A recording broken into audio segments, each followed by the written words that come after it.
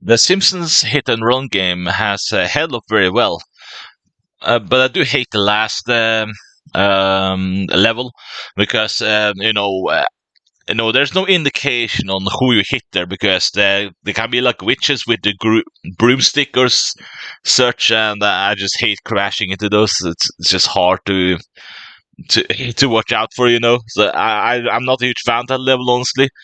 I was considering giving this an 8 out of 10, but I think I'm gonna give it a 9 out of 10 because there's really rare that games are this hard, and it's also very good at world building. Like I think the problem with some open world is it's sort of like a rule nowadays that you have to make every game an open world, but sometimes they can just feel so absolutely empty. Like you just wander around in a big sandbox with nothing to interact with, and it kind of does feel empty.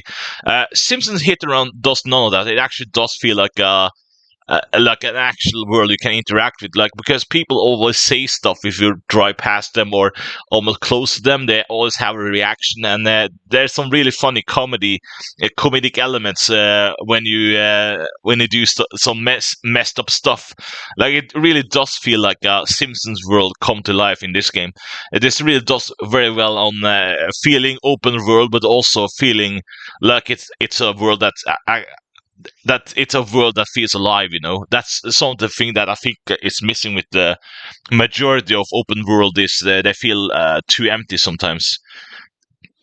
So that's one cool thing is the way you interact with this game. It really feels like you're actually in you feel like you are with people, and that's kind of what I like most about this game. It's just awesome. Now, I hear people complain that the graphics are terrible or it hasn't aged the best because it doesn't look like the show in terms of the 3D graphics. But I sort of disagree on some level because there was like one episode where they made a joke on the what if Homer turned 3D. So it does align a little bit with the show, but it's not like. But it's not. It doesn't look like the show itself, of course. In terms of how where in the TV series it looks, has drawn lines and it's like a cartoon basically. Now, if you want that, then there's another good game called the Simpsons game from 2007. I only played a demo of it, but from little I played of it, it was a really good game. So if you want that, then you could just play that game. But I don't think them looking 3D with this shape doesn't ruin it because it kind of does pull the joke on the whole 3D Homer thing. So I think that actually kind of works for this game. Uh, the one reason why I put like a 9 out of 10 is because um, or to say I didn't give the perfect score is because the controls when you play on foot is not the best. Like this is something that every game back then had a problem with. How to control correctly with the camera and such. This is nothing new with other games at that time. This has been heavily improved since then. With the modern 3D games, but sometimes when you run fast and then the camera can suddenly just switch on you, and that sucks, and I don't like that. So that's really why I don't give the perfection. But most of the time you're in a car anyway, so it doesn't really affect the gameplay all that much. The car driving, it works as the way a car should drive. Like if I were to describe this game, I would sort of describe it as a mixture between Grand Theft Auto and Need for Speed. Like the most fun thing is obviously to mess around in a town and just goof around sometimes. That's the most fun thing about it.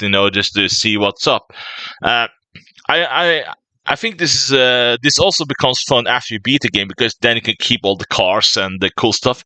So you can really kind of just drive around and mess around with the world, and that's really the beauty of it. It really does feel alive. Like it really does feel like an actual uh, a world that breathes life into itself. Like that's the credit I give this game is that it hasn't aged all that terribly. It's just just the controls on the when you're on foot is a little bit iffy, but in terms of the game itself, it's just awesome.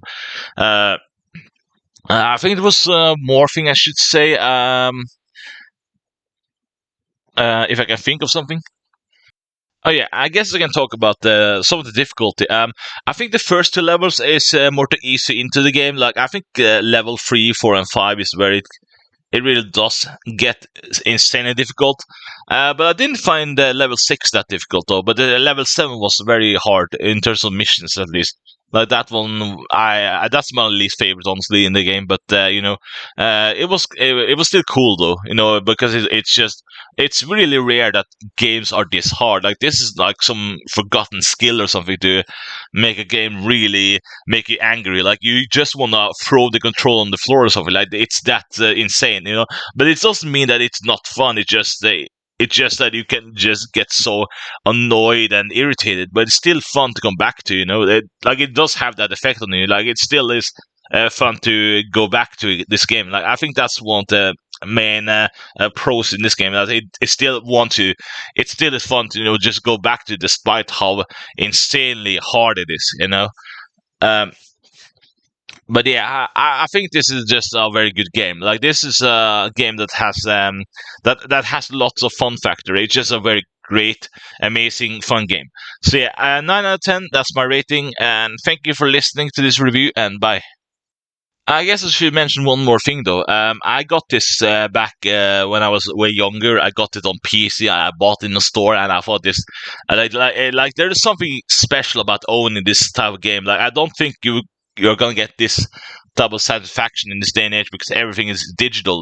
Not that the games can't be good, but no, there's something special about just having a ton of CDs and just take it up. And yeah, I guess I'm a little bit nostalgia blind for this game, but I don't think that means that I'm not going to be totally unbiased in this review. Maybe a little biased, but it's not. But yeah, I have played games that I have total bias before. Like Metal Gear Solid 2 that I didn't like. So I can totally change my mind if I think hasn't aged well. So like Metal Gear Solid games, I don't think have aged very well compared to Hitman games, better stealth games, such things.